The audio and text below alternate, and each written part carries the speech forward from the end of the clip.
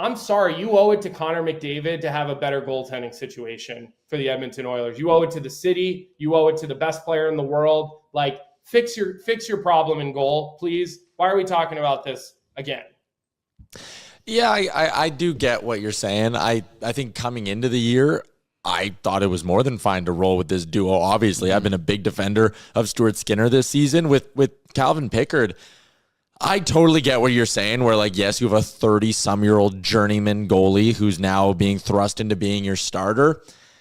I view him as a high floor, low ceiling goalie. Like, you are not getting a 44 save shutout or a 975 save percentage from Calvin Pickard in a game.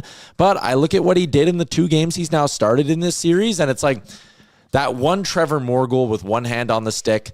That one was bad, but like, he stopped every puck he needed to in a really close hockey game in Game 4. And the other thing, Colby, and I mean, you've been on obviously a lot of hockey teams. You've played professional hockey. The group in Edmonton loves that guy, and you saw it with the reaction from McDavid after the OT winner. And that is a huge factor. And anybody who tells you it's not doesn't know what they're talking about, because guys get up to play and protect their goaltender. And look, Calvin's done enough to win 2 games. Okay, he's 2-0. So, and you know, was there a couple that I would rather see him stop? Sure. You know, a couple of those ones that go up in high over him.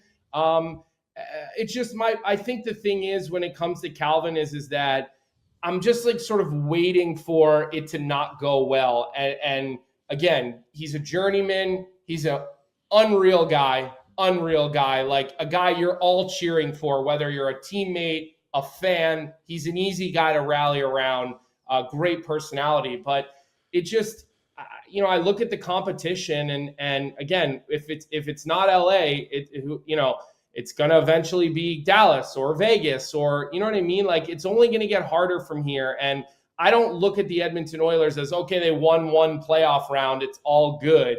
Like, it's cup or nothing. Like, you have the best, arguably 2 players in the whole world, and you've got a contract situation coming up, and I fully expect Connor McDavid to remain an Oiler, for the record. I think all the chatter from the cheap seats is nothing more than chatter from the cheap seats. But, you know, I think that the world needs to see Connor McDavid, and so I get maybe a little too harsh when I feel like they're not going to see them. But hey, I feel how I feel.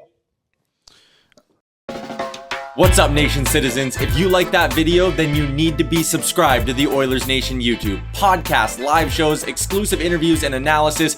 Everything you need from your favorite voices at Oilers Nation. And you don't want to miss any of it, so hammer that subscribe button.